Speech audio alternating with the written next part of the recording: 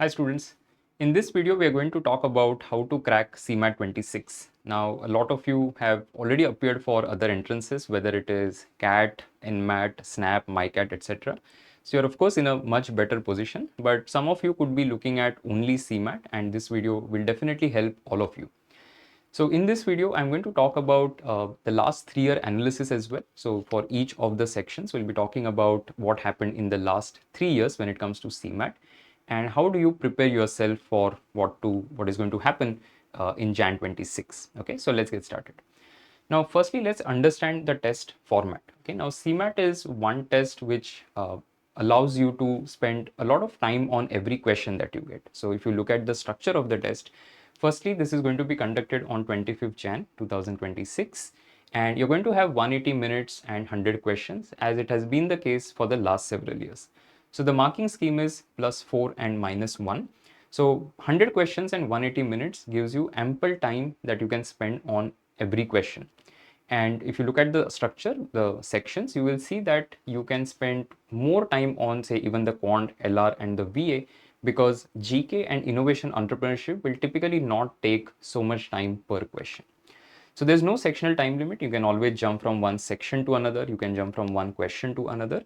There are no sectional cutoffs in this test. So you can focus on the areas where you're very good and you can do very, very well on certain areas. Though you get sectional percentile, so when you get your final report card, the scorecard, it is going to have sectional percentile as well, but that is not cutoff based, right? So you're not going to have specific cutoffs for each of the sections that you need to meet.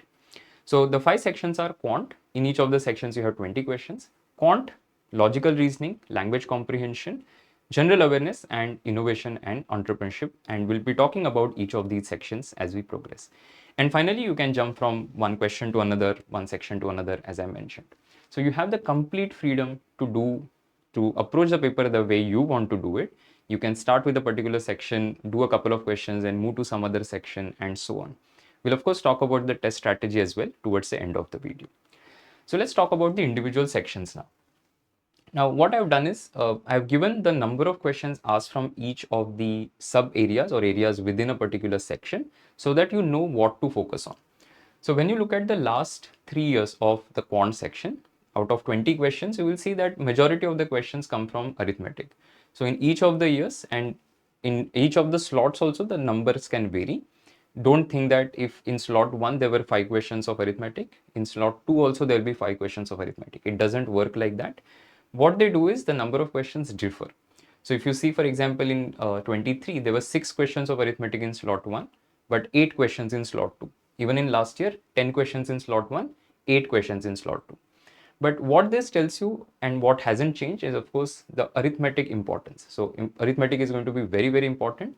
You focus a lot of energy on doing these topics, whether it is time, speed, distance, percentages, ratio, proportion, profit, loss, discount, SI, CI, and all of that. Then another area that you should focus on is going to be geometry. So typically in geometry, you will have about anywhere between 1 to 3 questions. That is what the trend has been. Even in modern math, you will have about 1 to 3 questions. Okay, so geometry, modern math, again, very important. Numbers, you can expect to have anywhere between 2 to 5 questions, depending on which year it is. In algebra, not too many questions, but don't think that that is the trend that will continue. So if you look at last several years, they have asked anywhere between 0 to 2 questions. Last year, for example, there was nothing from algebra in one of the slots. But in the other slot, there were 2 questions. So you have to be prepared for it. And finally, data interpretation. So generally, you will have 3 questions and it's not going to be very difficult. The things that they typically ask is going to be tables and pie charts. So I'll ensure that I do these two at least very, very well, because that has been consistently asked on the CMAT. So make sure that you follow this sort of an order where you spend a lot of time on doing your arithmetic. If you do your arithmetic very well, your data interpretation is also more or less sorted, because everything is going to be percentages and ratios. So if you do these topics, you're roughly sorted for, I would say, about slightly more than 50% of the paper in any case. The more topics you add, of course, you will be able to solve more questions. All right. Don't do very difficult things. So if you're somebody who is coming from, say, CAT preparation, you don't have to do CAT level of stuff. What you need to do is look at the SNAP and the NMAT level of questions. Similar to that, you have the CMAT questions. And CMAT past papers are also available. They are available in my IMS. You should definitely take them to see what is the difficulty of this particular section. Then moving on to the logical reasoning. Now, logical reasoning has two components to it. There is verbal reasoning and then there is non-verbal reasoning. If you look at the last 3 years of the 3 years of the test, you will see that non-verbal reasoning is the dominant part of it. Now, what is non-verbal reasoning?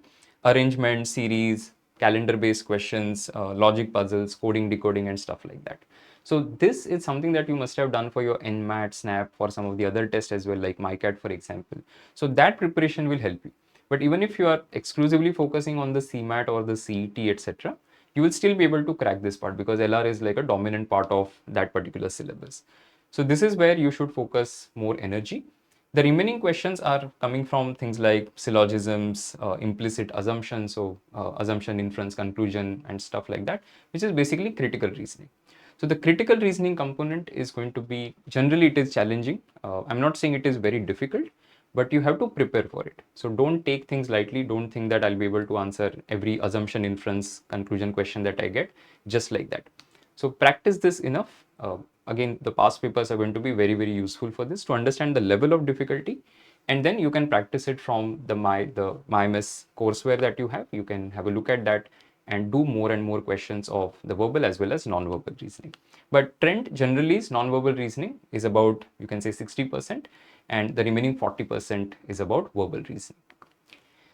That brings us to the next section, which is the language comprehension section. Now, in language comprehension, again, one good thing is that you don't have a lot of questions from reading comprehension. In the last 3 years, you will see the variation is about 2 to 5 questions. So out of 20 questions, anywhere between 2 to 5 questions you can get from RCs, which is basically passages. These questions are generally the easiest to answer because you don't really have to have a lot of knowledge. You just read it and the answer is there in the passage. If you read it properly, you will be able to answer the questions. Of course, if it is something related to vocab and all, there could be a bit of a challenge here and there. But because you have a passage, you can at least guess the contextual meaning of the word.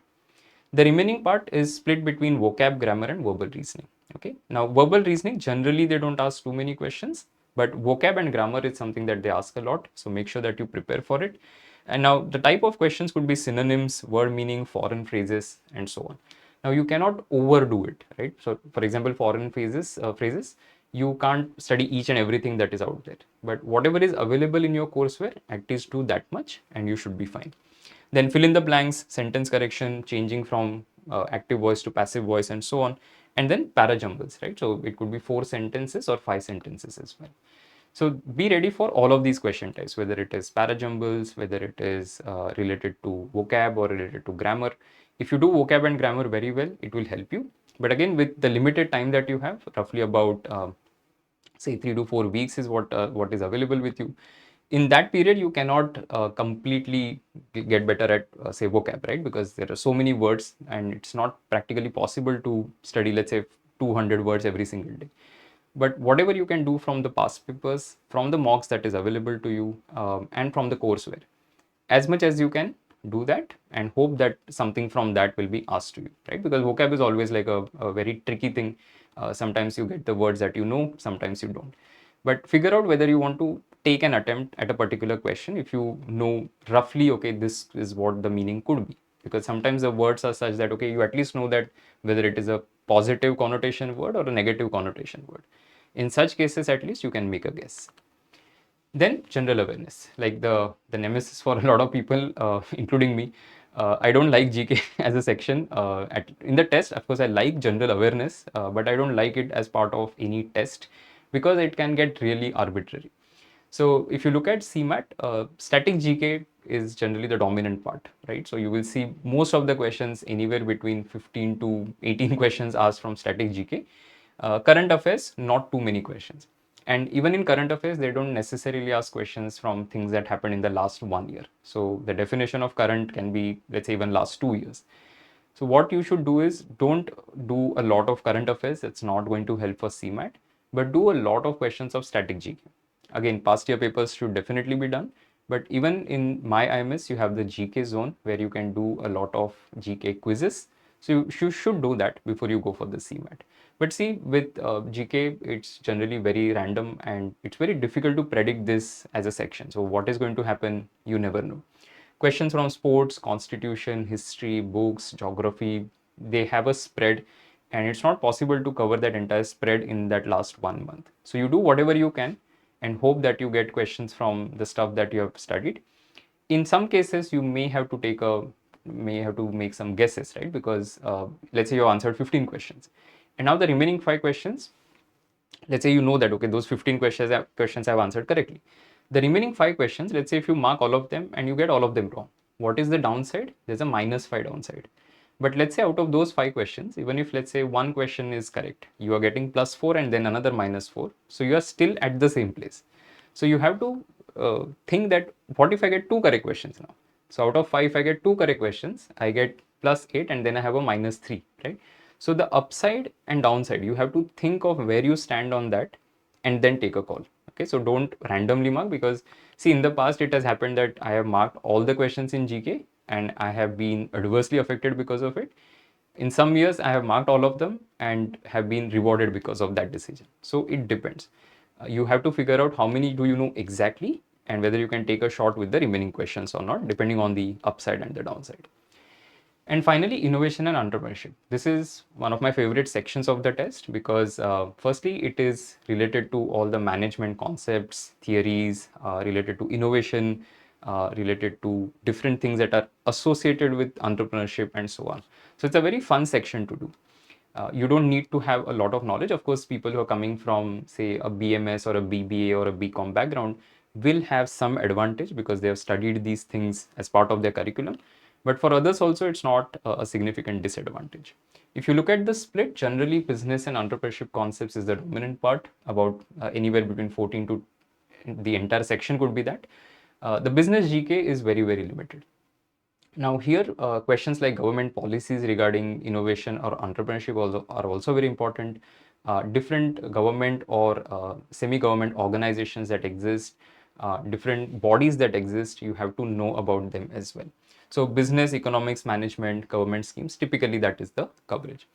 Now questions, they tend to repeat a lot of these questions in this particular section. So if you do last 3-year papers of innovation entrepreneurship, I'm sure that you will be able to do at least 50% of the questions in CMAT 26. Okay, so if you do CMAT say 23, 24, 25 and go for this particular section without doing anything else, you will still be able to do about half of the paper. Okay, the more of course you study, the better. In my IMS, you have material that you can go through, and then there are tests also on that particular material. So make sure that you have a look at that. The focus area tends to be on, as I said, the role of the government, various policies that exist, the organization that exist, etc. Questions like intrapreneur, entrepreneur, they have repeated these questions a lot, right? So the meaning of the word entrepreneur, for example, which is to basically undertake, that has been repeated several times. Intrapreneur, somebody who within an organizational context acts like an entrepreneur. So a lot of these concepts have been repeated a lot. So please go through them. So what is going to be the overall strategy? Now, first, I would recommend is that you focus on these areas. So the things that we spoke about in each of the sections, you have like a dedicated prep towards certain areas. So arithmetic, for example, has to be the focus. You have to work on your grammar because in last year, even technical grammar questions were asked, right? So what are modal verbs, for example?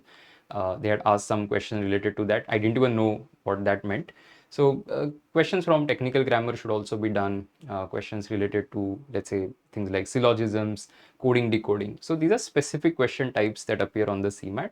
You have to prepare for these topics. The full length mocks are going to be very important. So we have mocks that we have given you in your My IMS dashboard. Definitely take as many CMATs as you can, the SIM CMATs as we call them. And then past papers are also available. So have a look at the past papers, that will help you to prepare. Then there are 10 chapters that we have given on the innovation and entrepreneurship section. You can go through these chapters and then you can appear for the quizzes that are based on these chapters. For GK, again, GK zone is something that is available to you, so you can go through it. And one very important thing from a test strategy perspective, and this is one aspect that I didn't cover much, is the way you approach the paper, right, is also very, very important. So I would suggest that you have like a rough duration that is planned. that this is the time that I'm going to spend on each of the sections. So I would say for quant about 45 to 50 minutes is good enough. For LR again 45 to 50. For verbal also the same. For GK around 15 to 20 minutes is good enough, because see, for GK it's just one line questions. You read the question, you read the options, either you know it or you don't. Same is true for the innovation and entrepreneurship section as well, but there at least you can make a lot of calculated guesses, or at least figure out that okay, maybe these are not the right answers, eliminate some options and at least come up with something. But when it comes to GK, either you know it or you don't in most cases. So innovation entrepreneurship can be about 20-25 minutes, not more than that. Now, why this is important is because it will help you to structure your attempt. So what I've done is, last year I had a pretty good attempt. So I have written about my attempt strategy in this particular blog post. It's called CMAT 99.99 long debrief. So I had a 99.99 last year, and the paper, first of all, quant especially worked in my favor. Fortunately, got a 100 percentile there. But I have written about the approach, right? So how you are supposed to take each of the sections that are there. So I have spoken about the quant section, the LR section, the VRC section, and all of them. And then finally, how the overall thing was, right? So I would suggest that you have a look at this. I'm going to give the link of this particular in the description, so you can check it out from there. But otherwise, if you follow this, I would suggest, I think most of you will be able to do well on the test. See, CMAT is unlike a lot of other tests that you may have taken. It's you have more time available per question, but you also need to approach it carefully. Because let me tell you from my personal experience that every single year, wherever I have taken CMAT, right, I would always come out from the quant section thinking that, oh, I have done very well. And every year I would do like one or two mistakes, right? So last year I was very aware that I have been making some silly mistakes every single time. So what I did was, I had extremely carefully, meticulously done rough work, which was properly written, and I cross-checked each and every question that I had solved, which helped me to get all 20 questions correct. Did I do anything different from a prep perspective? The answer is no. But it's just that awareness that I'm supposed to recheck my answers, relook at my rough work, that helped me to get a good score. So I would suggest that just because you have more time, don't think that you have so much liberty of time that you will be able to do the whole thing properly. What you need to do is do it in such a way that it gives you some time to also cross-check what you have done. And that really helps, especially in the quant and the LR section. Not so much in something like a GK, but definitely helps in quant and LR. So have a plan as to how you're going to attack this particular test. It's a very good test. It will help you to get opportunities in a lot of private B schools within Mumbai, within Maharashtra, and at other places as well. So most of the private institutes do accept CMAT score, and there are some really good institutes that you can target through this. So make sure that you give your best, and hopefully all of you will end up doing well on the test as per your expectations. Okay, so I hope this has helped you. Wish all of you all the best for CMAT, and make sure that you also watch the innovation and entrepreneurship series that we have been running. So we had episodes last year as well. We had a series of, I think, 7 or 8 episodes that we had done. This year also we have started the series, and we are going to record more videos in that series. So have a look at that, because that gives you a lot of questions for I&E. I would say even if you just watch those videos and go for the test, you will definitely be able to do well on the I&E section. But for other sections, continue to prepare the way you have been preparing for your other exams, and it will help you. So thank you so much for joining. Wish all of you all the best for CMAT 26. I'll see you soon. Bye.